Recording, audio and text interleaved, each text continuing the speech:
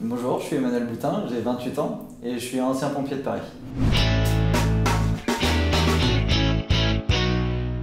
Tu as servi pendant 5 ans au sein de la brigade des sapeurs-pompiers de Paris, de 2015 à 2020. Cette volonté de sauver, de mettre en sûreté, de protéger, elle vient d'un déclic, notamment lorsque tu passes le PSC1. Et à partir de ce moment-là, c'est tout un combat qui démarre pour toi, pour atteindre cet objectif d'intégrer cette brigade. D'où vient cette volonté de devenir sapeur-pompier, cette ambition de devenir sapeur-pompier, mettre son énergie au service des autres, au service d'un pays? Quand je circule un petit peu partout dans la ville ou quoi que ce soit et que je vois quelqu'un qui peut avoir une détresse ou autre, j'arrive pas à passer et à regarder sans rien faire. J'ai toujours besoin et l'envie d'aider les gens.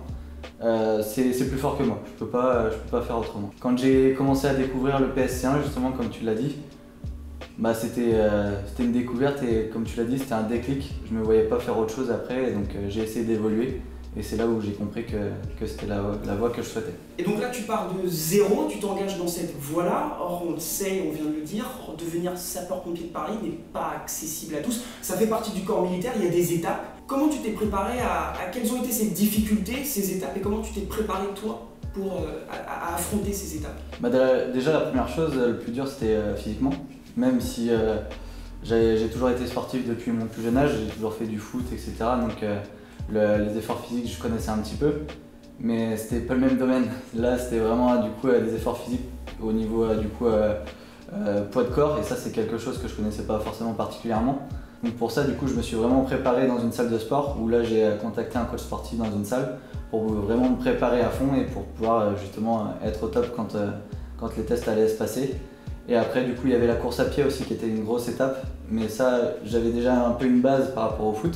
Et donc à force de travail et de volonté, tu finis par intégrer les sapeurs-pompiers de Paris, notamment à la caserne de Plaisance, dans le 14e arrondissement de Paris. Comment on s'intègre dans une brigade comme celle-ci? C'est pas simple. Vraiment le plus dur, en fait, il se fait en interne, dans les casernes. Ce qui fait que quand on arrive, en fait, je dirais pas qu'on est nul, mais presque.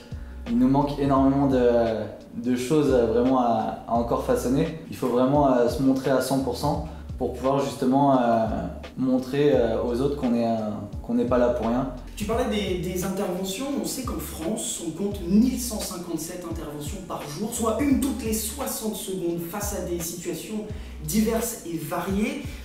Pour toi, quelle est l'intervention la plus difficile? Et est-ce qu'elles ont le même degré d'intensité et de difficulté? Non, elles sont vraiment toutes différentes les unes des autres. Et après, au niveau des degrés je dirais qui marquent le plus, il y en a de toutes sortes. En fait, il peut y avoir par exemple les gros feux d'appartement. On va s'imaginer qu'il y a peut-être quelqu'un dans l'appartement, donc forcément on va avoir cette adrénaline d'aller le plus vite possible pour essayer de la sauver.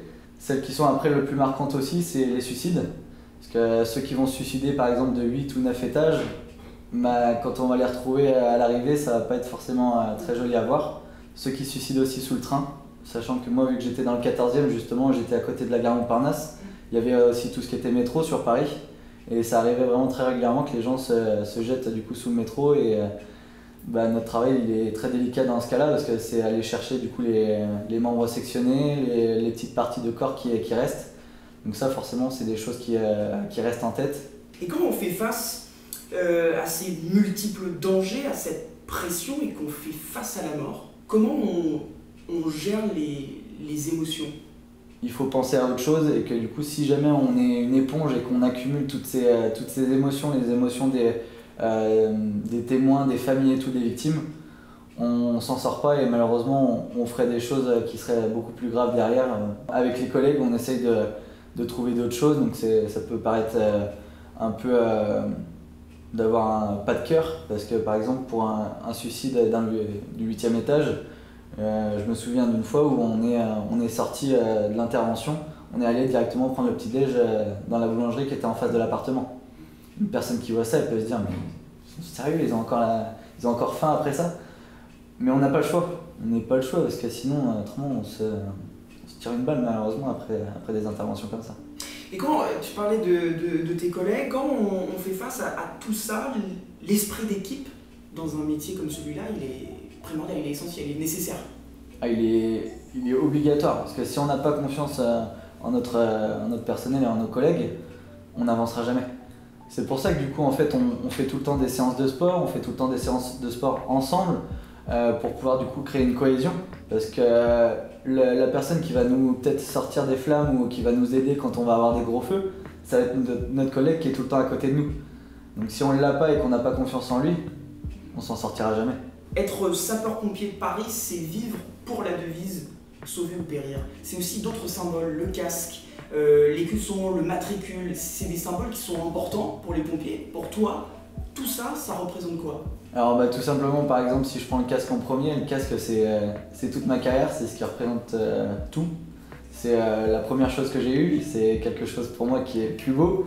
On est un gamin en fait, quand on arrive du coup à l'école des sapeurs-pompiers et puis qu'ils nous remettent le casque, le premier truc qu'on veut découvrir, qu'on veut ouvrir, c'est la boîte avec le casque à l'intérieur.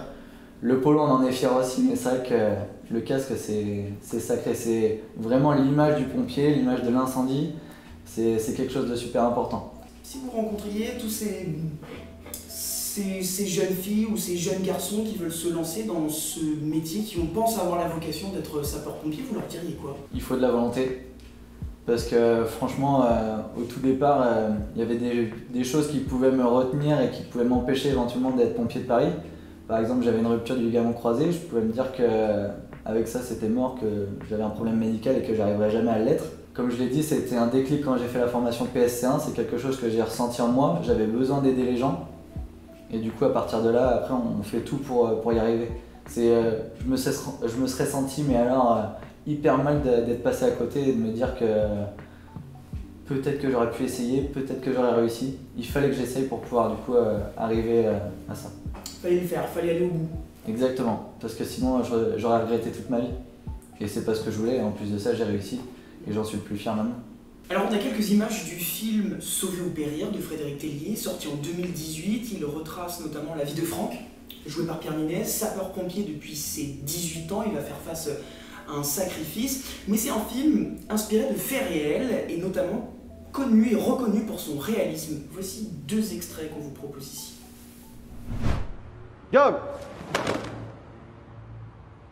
À l'appel. Sapeur Rémi. Mort au feu! Caporal-chef Guignard. Mort au feu! Adjudant-chef Éluard. Mort au feu! Alors du coup, ça rappelle pas mal de souvenirs.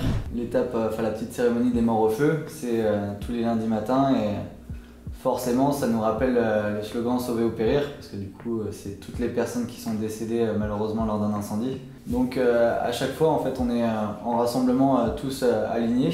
Les pompiers, on se met tous en deux lignes. Et après on a du coup en face le chef de garde, donc le responsable de la caserne de la journée, qui va du coup énumérer justement en prononçant le nom chaque pompier qui est décédé, et un autre pompier qui est en face va répondre mort au feu de façon assez forte et de façon assez distincte. Sergent Pasquier, 9 ans de service, chef d'agré PS. Montez!